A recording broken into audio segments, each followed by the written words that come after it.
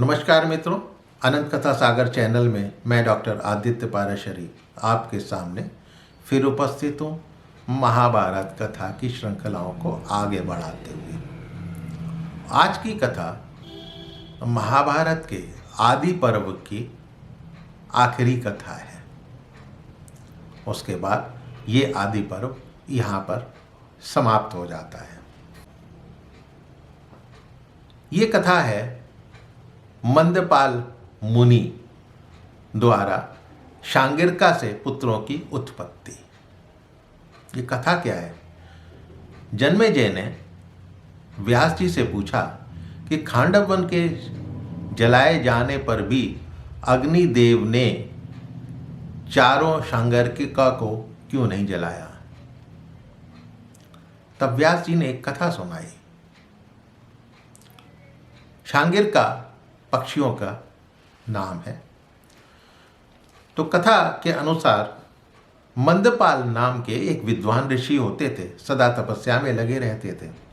वो अपनी तपस्या पूरी कर शरीर त्याग कर पितृलोक गए, किंतु वहाँ उन्हें अपने सत्कर्मों अपने तप का फल नहीं मिला। तब उन्होंने देवताओं से पूछा कि मैंने कौन सा सत्कर्म ऐसा है जो मैंने नहीं किया, लेकिन जिसके कारण मुझे कौन सा ऐसा काम है जो मुझे और करना था मैंने नहीं किया हो, जिसके कारण मुझे अपने तप का फल नहीं मिल रहा है। तब देवताओं ने उन्हें कहा कि मनुष्य जिस ऋण को लेकर जन्म लेते हैं, आप तपस्वी और यज्ञ करता है, लेकिन आपके कोई संतान नहीं है, आपके ऊपर ये ऋण है, इसलिए पहले आप संतान उत्पन्न करें, फिर अपने प्रचुर पुण्यों का फल भोगें। अब यहाँ पर जो महत्ता बताई गई है कि यदि आपने मनुष्य रूप में जन्म लिया है तो संतान उत्पत्ति आपका प्रथम कर्तव्य है। कहते हैं कि पुत नामक नरक से पुत्र ही पिता का उद्धार करता है। तब मंदपाल ने विचार किया कि कहाँ जाने से मुझे शीघ्र संतान की प्राप्ति होगी, मैं क्या करूं? तब वो अधिक बच्चे देने वाले शांगिरका पक्षियों के यहाँ गए, जहाँ शांगिर्क होकर उन्होंने रूप बदल लिया था, अपना शांगिर्क पक्षी का ही रूप रख लिया था। जरिता नाम की शांगिरका से संबंध स्थापित किया। जरिता के गर्भ से 4 ब्रह्मवादी पुत्रों का जन्म हुआ। उन बच्चों को छोड़कर वहाँ पर उसके बाद वो लपिता के पास चले गए, लपिता नाम की शांगिरका के पास चले गए। जरिता के गर्भ से जब पुत्र उत्पन्न हो गए तो जरिता चिंतित होकर उन नवजात शिशुओं का भरण पोषण करने लगी।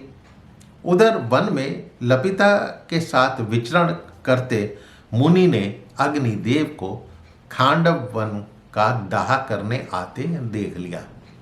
उनको समझ में आ गया कि अग्निदेव खांडव वन को जलाने के लिए आ रहे हैं। तब वो अग्निदेव से अपने पुत्रों की रक्षा करने का अनुरोध करने लगे, उनकी स्तुति करी। तब अग्निदेव ने प्रसन्न होकर उनको वचन दिया उनके बच्चों की रक्षा करने का। उधर जब वन में आग लगी तो जरिता अपने बच्चों को लेकर बहुत चिंतित हुई। उसे तो पता नहीं था।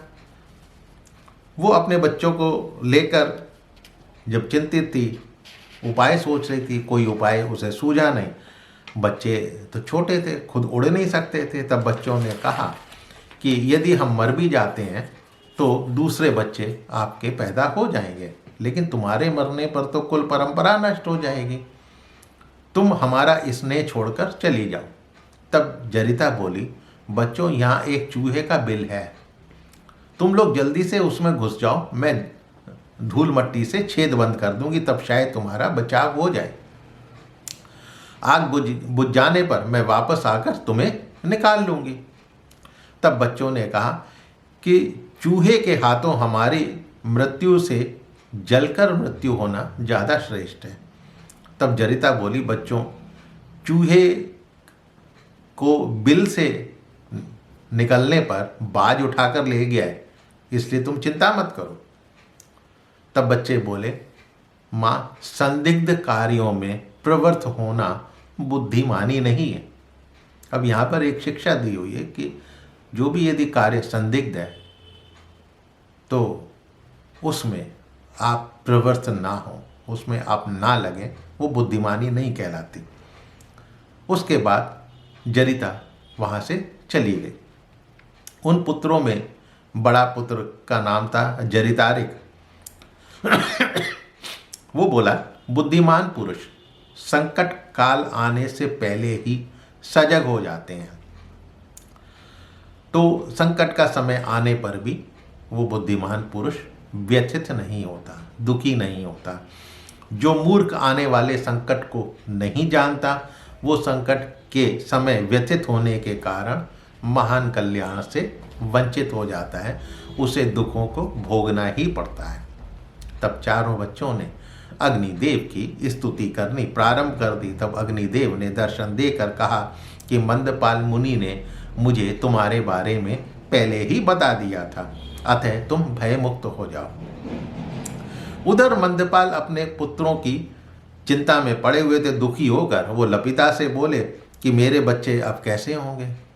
तब लपिता ईर्ष्या में बोली कि तुम अपने बच्चों की नहीं बल्कि मेरी सौत जरिता की चिंता कर रहे हो, उसके लिए दुखी हो रहे। अब तुम ऐसा करो, उसी जरिता के पास जाओ, मैं अकेली ही विचरण करूंगी। तब मंदपाल बोले, मुझे बच्चों की चिंता है, तुझे जो करना है कर। तब जरिता के पास जाकर पहुंचे तो पता चला कि सभी बच्चे आग से बच गए हैं।